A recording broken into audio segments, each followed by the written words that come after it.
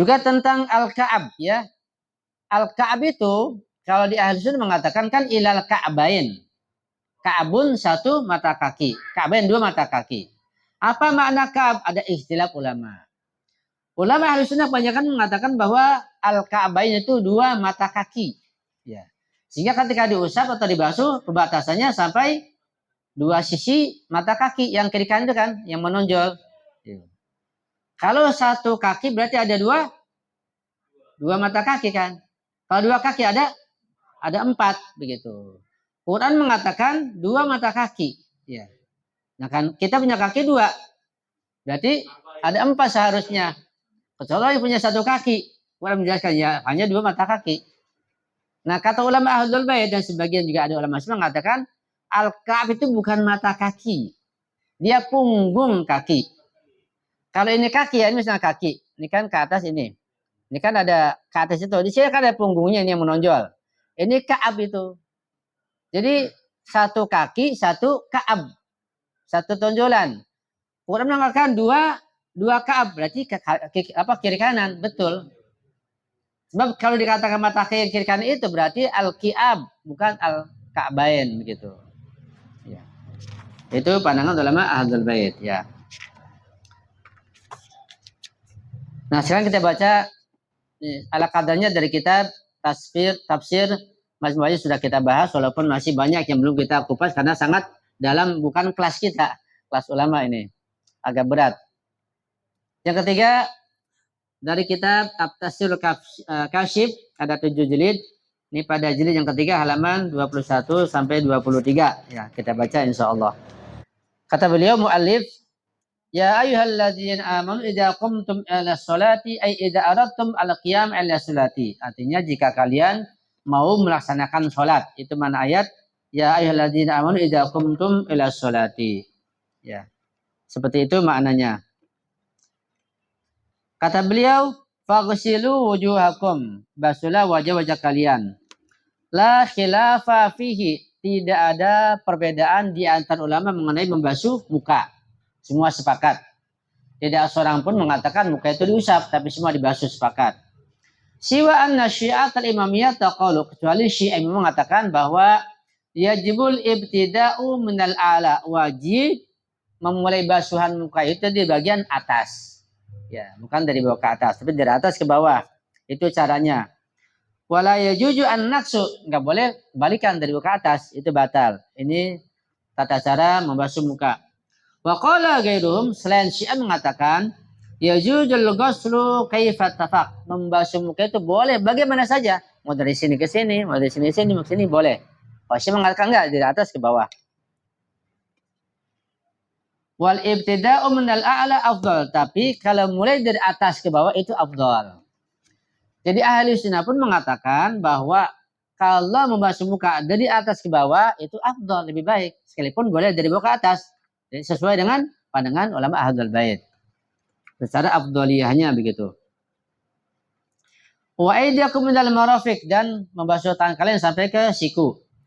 Aidan la khilafa fihi illa anna syi'ata wajabu al-ibtida'a bil mirfaq. Juga ini tidak ada khilaf di antara ulama muslimin tentang membasuh tangan. Tetapi Syiah mewajibkan mulai membasuh tangan itu memulainya dari bagian sikut. Ya bukan dari ujung sini, tapi dari sikut ke bawah begitu. Ada dalil dari mereka ya secara detail. Wa butalu an-naqsa, kalau kebalikannya batal, enggak boleh. Jadi basuh tangan dari ujung dulu ke sini nggak boleh, nggak sah. Pandangan Syiah. Kama aujabu taqdimal yadil yumna 'alal yusra, juga mewajibkan dalam basuh tangan itu tangan kanan dulu baru tangan kiri. Wa qala as-sunnah, ulama as-sunnah mengatakan yaghsilhuma kaifa tafaq, membasuh tangan bagaimana saja boleh. Mau dari ujung jari ke siku, dari siku ujung jari dibolehkan, jangan cara apapun. Ajal takdimul yumna afdal, tapi mendahulukan tangan afdal, sama dengan pandangan Syiah juga. Wa qadal ibtida minal asabi idal mirfaq, juga memulai dari jari-jari sampai ke siku-siku. Ya. Wa tas'al, di sini ada masalah ilmiah begini nih. Dan engkau mungkin bertanya, inna kullan minas sunnati wa syi'ati qad khalafu dhahirul ayah. baik ahlu sunnah maupun syiah itu menentang ayat Al-Quran. Kok bisa bagaimana? Li'annal marafiqa yajibu an takuna nihayatal ghasli limakani ila. Karena seharusnya siku itu seharusnya bagian terakhir atau ujung ya yang harus dibasuh. Karena apa? Karena ada ila. Ya. Faksilu wujuhakum wa aidakum ilal marafiq sampai ke siku. Jadi seharusnya membasuh tangan itu dari sini sampai ke siku, begitu kan? Kan ada ila. Kenapa Syiah mengatakan dari sini ke sini? Bahkan terbalik. Berarti menyalahi ayat. Ini bagaimana? Ya. Ma'ana sunnah la yujibu dzalik. Nah, ahli sunnah tidak mewajibkan itu. Jadi mengenai membasuh tangan, baik ahli sunnah maupun Syiah salah kedua-duanya. Syiah salahnya, ya salahnya dari ujung jari ke siku, kan ada ilal marafiq. Ya, itu. Sedangkan ahli sunnah salahnya tidak mewajibkan, membolehkan dengan cara apapun, salah juga. Jadi sunnah dan Syiah menang Al-Quran kedua-duanya. Wa syiatu la yujizuna. Syiah tidak membolehkan ya membasuh kecuali dari siku ke ujung jari. Fama huwa ta'wil? Bagaimana jawabannya? Apa ta'wilnya? Wa ajaba katsirun bi anna ilahuna bi ma'na ma'a. Dan kebanyakan orang mengatakan bahwa ilah di sini maknanya artinya bukan ke tapi ma'a, bersama. Itu bahasa Arabnya di situ. Jadi huruf jar itu ada min, ila, an, ala, fi, dan yang lainnya itu bukan satu makna. Terkadang beberapa makna. Seperti bi, asal maknanya kan dengan. Tapi bisa makna bersama, bisa makna sebagian, bisa makna yang lain. Gitu. Ila, asal maknanya ke.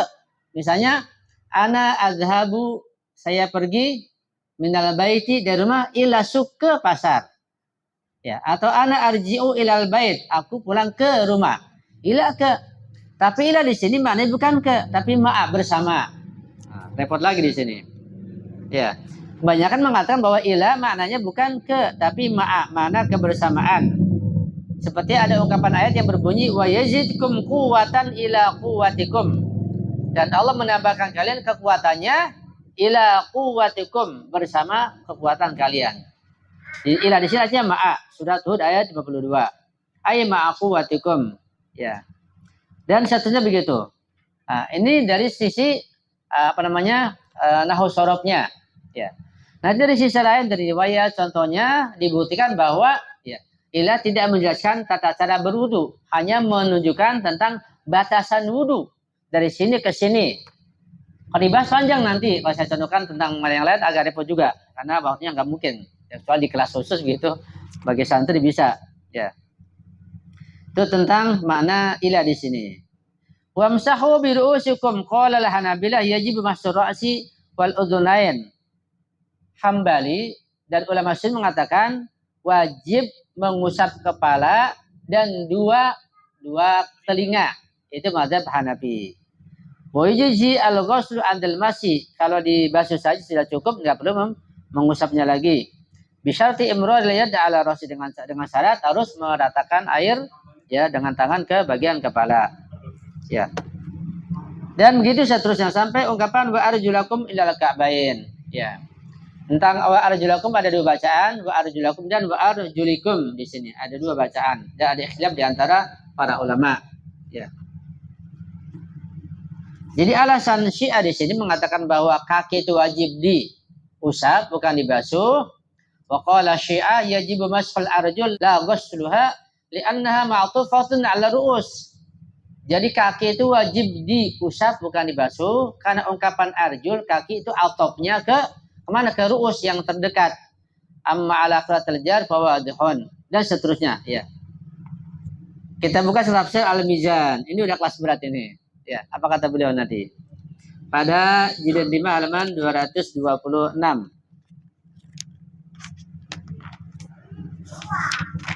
Saya baca yang perlu saja di sini, langsung ya. Kata beliau, halaman 226. Wa amma qauluhu adapun firman Allah wa arjulakum faqad quri'a bil jarri terkadang dibaca dengan jar wa arjulikum. Wa huwa la mahalata bil 'athfi 'ala ru'usikum. Kalau arjulakum itu dibacanya wa arjulikum pakai kasroh, itu pasti dia atopnya nyambungnya ke ala ru'usikum.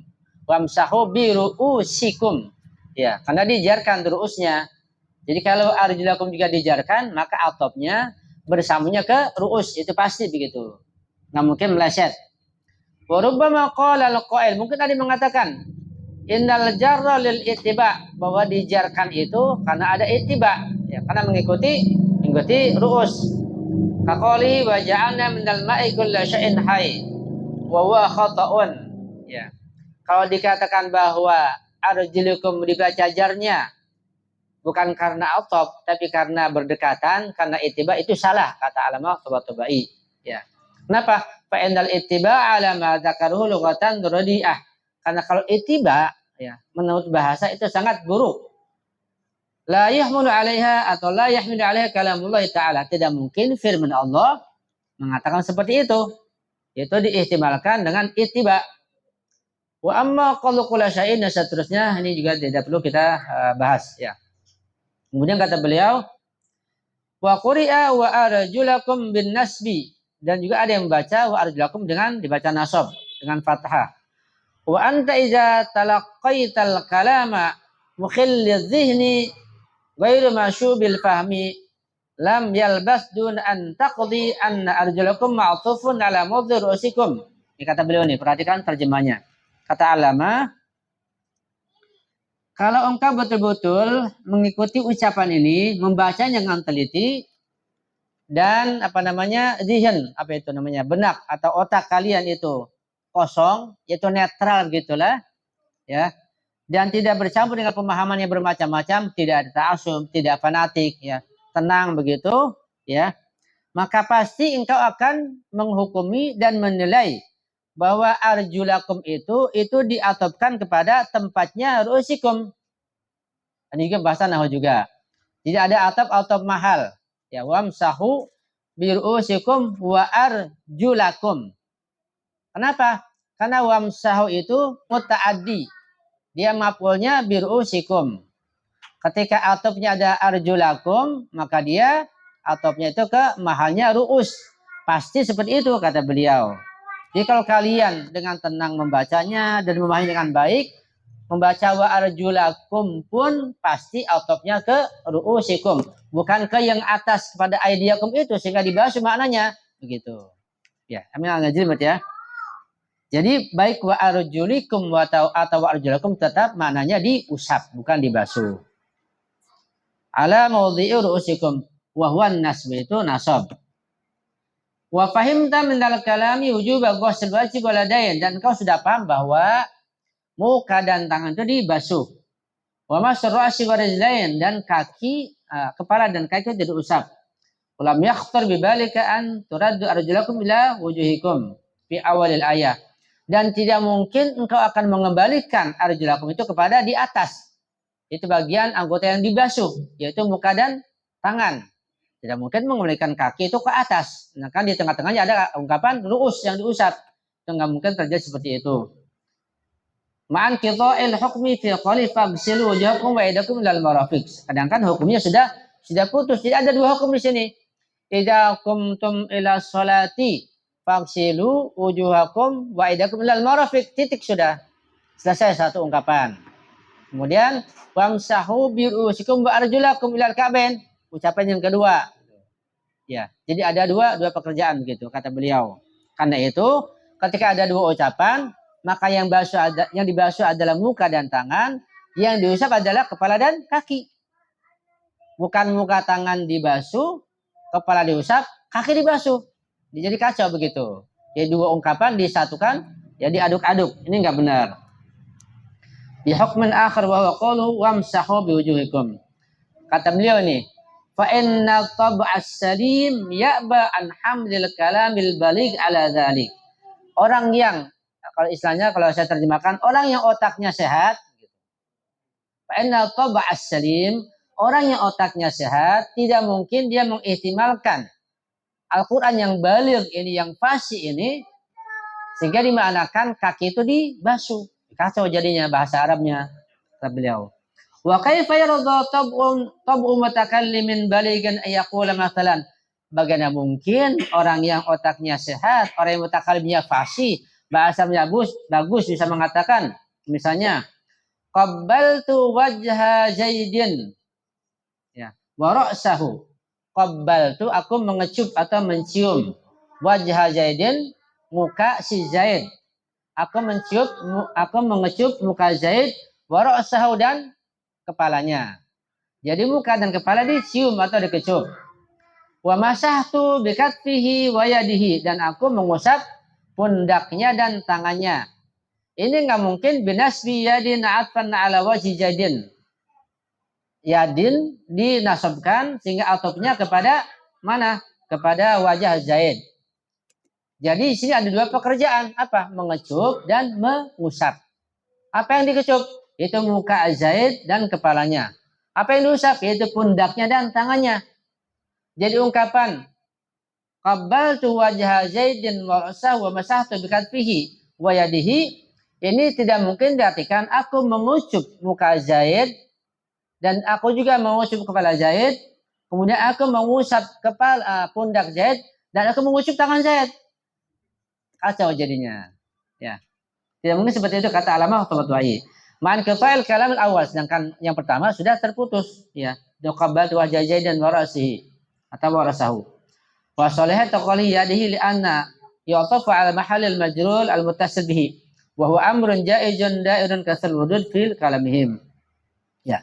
Jadi enggak mungkin secara bahasa, enggak mungkin amal sahabat yakin mengatakan mengusap kaki dan sebagainya. Wa ala dzalika waradat riwayat an a'immati ahlul bait al-salam, dan juga banyak terdapat hadis-hadis dari ahlul bait yang mengatakan bahwa kaki itu diusap bukan dibasuh. Wa amma riwayat min turki ahli sunnah, adapun riwayat dari ahli sunnah, riwayat jalur ahli sunnah, fa innaha wa in kanat ghayra nazratin ila tafsir al ayah wa inna ma tahqi amalin nabi sallallahu alaihi wasallam wa fatwa ba'di sahabah. Ini alamat penting ucapannya ini. Ya. Adapun hadis-hadis dan riwayat lewat jalur ahli sunnah, walaupun itu tidak menunjukkan sebagai penafsiran ayat Al-Quran, itu hanya mengkisahkan tentang perbuatan Nabi, bagaimana beliau berwudu. Jadi mengkisahkan perbuatan Nabi. Ini hadis juga. Jadi beda antara, karena hadis macam-macam. Hadis itu ada yang Nabi mengucapkan, misalnya aku berwudu, perhatikan dah, itu Nabi yang ngomongkan. Tapi Nabi nggak mengatakan, ada orang melihat sahabat dan menghikayakan. Itu begitu. Hadis-hadis tentang wudu bukan Nabi yang menyampaikan hadisnya, tapi hikayat dari orang yang melihat begitu, menyaksikan. Paham ya? Jadi hadis-hadis tentang itu hikayat tentang amal perbuatan Nabi dan fatwa sebagian sahabat. Jadi kalau kita teliti nanti ada sebagian sahabat yang memang mulai merubah tata cara berwudu dan cara ibadah yang lain yang sangat banyak. Itu masih tersimpan di dalam rak-rak kita belum dibongkar. Lakinnaha mukhtalifatun, minha ma yujibu masar rijlain wa minha ma yujibu ghusl. Ya. Wa qad rajjahal jumhur minhum akhbarul ghusli al akhbaril masyi. Sedangkan mereka kebanyakan itu lebih mengutamakan atau memenangkan hadis-hadis yang menunjukkan membasuh kaki daripada hadis-hadis yang mengusap kaki. Padahal hadis-hadis mereka tentang mengusap kaki pun ada, tapi disembunyikan atau diubetin begitu. Yang ditonjolkan tentang membasuh kaki, sehingga menyalahi Al-Quran dan diusahakan, dicocok-cocokkan, dipaksa-paksa, ya nggak bisa juga, ada pemaksaan gitu. Walakala melana ma'ahum fi hadzal maqam, kita nggak ada bahasan masalah ini, masalah fikih, di luar bahasan kita tafsir begitu. Ya. Kata beliau, lakinnahum ma'a dzalika hawalu tatbiqal ayati ala ma dhahab ilaihi min al-hukm al-fiqhi. Tapi walaupun demikian, Quran bahasan tafsir, fikihnya hanya global. Fikih ada di riwayat. Walaupun demikian, mereka itu berusaha keras untuk mencocokkan ayat Al-Quran itu sesuai dengan pendapat dan pandangan mereka secara hukum fikih dengan alasan yang bermacam-macam. Ya. Wal ayatu la tahtamil syai'an min hadzal, ayatnya nggak mungkin diartikan sesuai dengan pandangan mereka, nggak mungkin dipaksakan.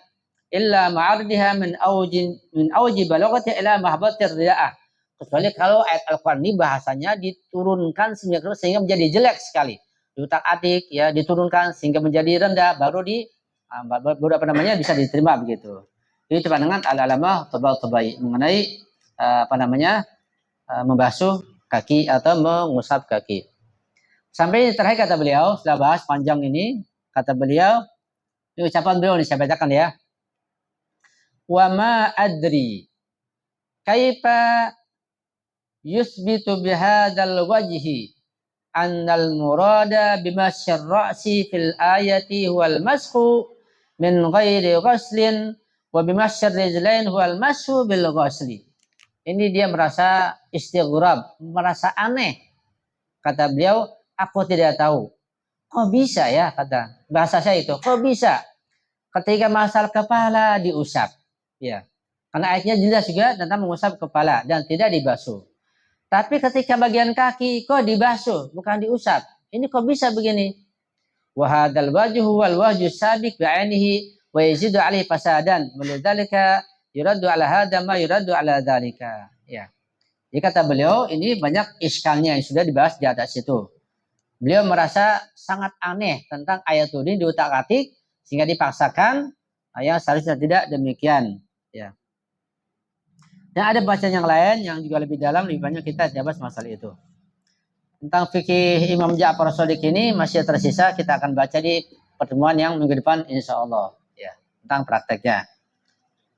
Mudah-mudahan masih ada beberapa pertemuan lagi tentang wudhu ini kita akan bahas sampai tuntas, sampai jelas ke akar-akarnya, walaupun tidak sampai membahas secara detail sebagai pandangan para ulama atau para santri dengan i'rabnya, bahasa Arabnya, sorabnya sampai detail. Tapi sudah cukup insya Allah membuktikan bahwa wudhu menurut Al-Quran kaki itu diusap bukan dibasuh. Jadi membasuh kaki dengan dibela dengan cara apapun itu tidak dibenarkan. Dan bahwa orang-orang yang mengatakan bahwa kaki itu dibasuh dan Nabi enggak pernah mengusap kaki, sahabat enggak pernah mengusap kaki, itu kedustaan yang luar biasa. Jangankan Nabi, sahabat, tabi'in saja bahkan ada ulama yang mengusap kaki. Hati-hati pada ulama yang seperti itu. Na'udzubillahi min dzalik. Sampai di sini dulu, nanti kita sama lagi insya Allah pada pertemuan yang akan datang. Semoga kita bisa panjang umur. Ini akan menambah keyakinan kita. Ya. Jadi jelas bahwa dengan cara kajian seperti ini kita tambah yakin. Ya. Tidak ragu lagi. Inilah syariat yang kita ikuti insya Allah. Kemudian juga sebagai bahan renungan, bahan tabligh buat yang lain yang mendengarkan kajian seperti ini insya Allah. Ya. Jadi saya mohon maaf, saya akhiri. Wassalamualaikum warahmatullahi wabarakatuh.